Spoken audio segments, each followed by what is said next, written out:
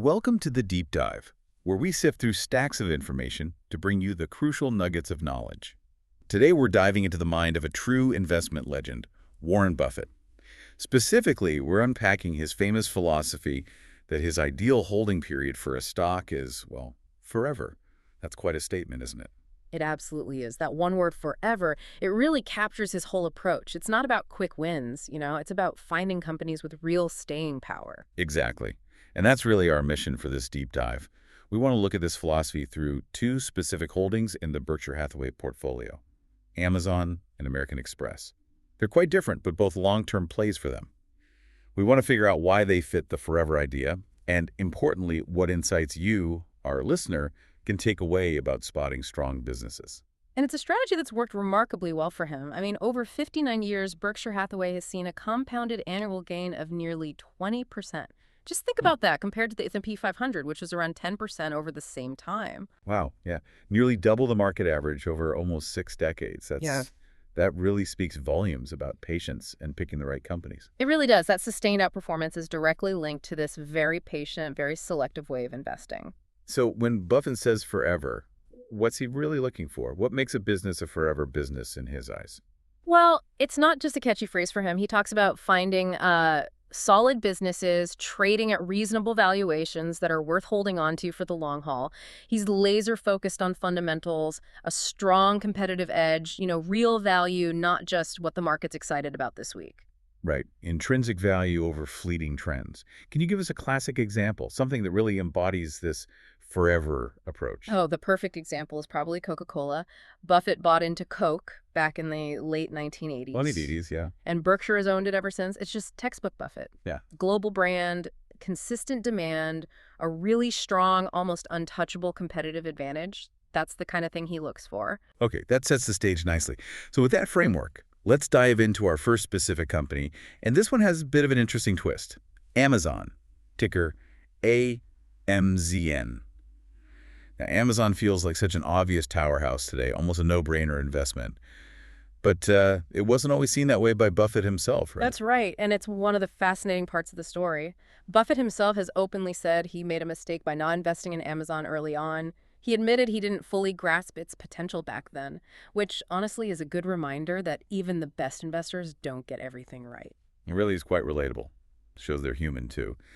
But someone on his team eventually did see the light, is that right? When did Amazon actually join the Berkshire portfolio? Yeah, one of his investment managers made the call. Amazon was added in 2019. 2019, okay. And how's that worked out for Berkshire since then? Pretty well, actually. Since that buy in 2019, Amazon shares are up more than 100%. So a significant gain. And the sources we looked at suggest there's still plenty of room for growth. Okay, 100% gain is certainly nothing to sneeze at. Now, when people think Amazon, the first thing is usually e-commerce, right? Buying stuff online. But from a long-term Buffett-style perspective, what's the real engine driving the profits? What's the enduring part? Right. The e-commerce side is what everyone knows. It built the brand. But the absolute powerhouse, the biggest profit driver for Amazon is Amazon Web Services. AWS. It's the world's top cloud computing company. It provides the backbone, really, the storage, the processing power that so many other businesses need to operate online. That's the crucial piece for understanding its long-term value proposition. Okay. So it's not just selling books and gadgets. It's providing the essential digital infrastructure for a huge chunk of the modern economy. That makes sense. And looking ahead, what about AI? Artificial intelligence is everywhere now. How does Amazon fit into that picture, especially for a forever hold? Amazon is, it's incredibly well positioned for the AI boom. They're tackling it from two main angles. First, internally. They're using AI like crazy to make their own massive e-commerce and logistics operations more efficient, cut costs. Think optimizing warehouses, delivery routes, personalizing recommendations, all that stuff. Right. Using AI to sharpen their own operations. That's smart. What's the other angle? How are they offering AI to the outside world? That's the second and maybe even more significant angle. AWS, Amazon Web Services, offers a whole suite of AI tools and services directly to its customers. So other companies, big and small, can use Amazon's powerful AI without having to build it all themselves. And we're already seeing the impact. AI is really boosting growth at AWS. The unit recently hit a $123 billion annual revenue run rate. A lot of that momentum is coming from AI services. Wow, $123 around $3 billion annual run rate. That's Right, that's right, right. massive. So AI isn't just an internal tool, it's becoming a major growth driver through AWS itself. That sounds very much like a long-term advantage. It absolutely is. This dual approach, using AI internally for efficiency and selling AI services externally via AWS, it shows that kind of constant innovation and adaptability Buffett looks for. It's about building advantages that last and evolve. And this widespread AI integration is expected to keep streamlining things and really boost earnings growth going forward.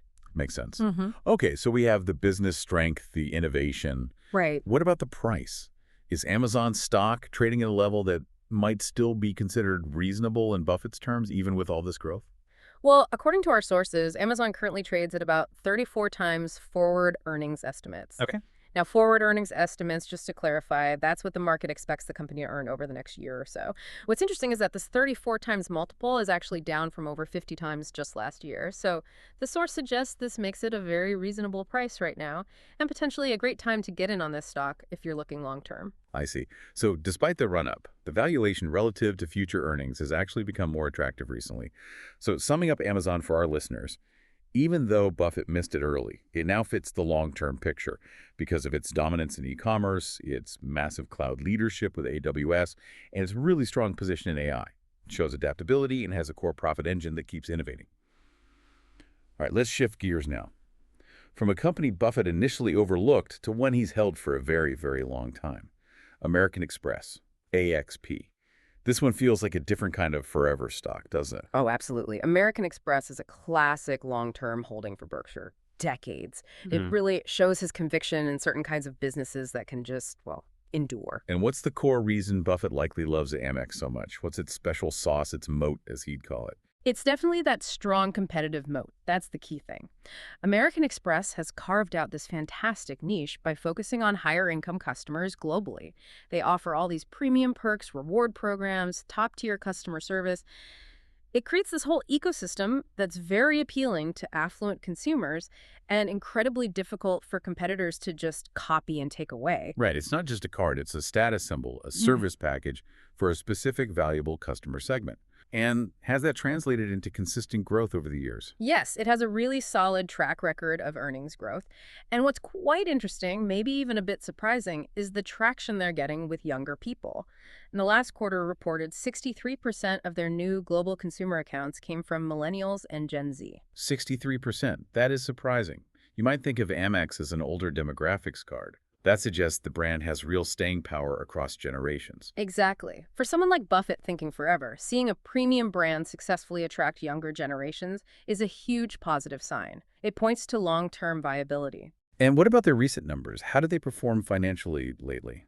They've been doing very well. In the latest quarter, revenue was up 9%, hitting a record $17.9 billion. Card member spending also reached a quarterly high, and adjusted earnings per share jumped 17%. Based on all that, they felt confident enough to reiterate their full-year guidance. Those are strong numbers, especially if the economy is a bit uncertain. Does that focus on higher income customers also make Amex more resilient during economic downturns? That's another key part of the appeal, yes.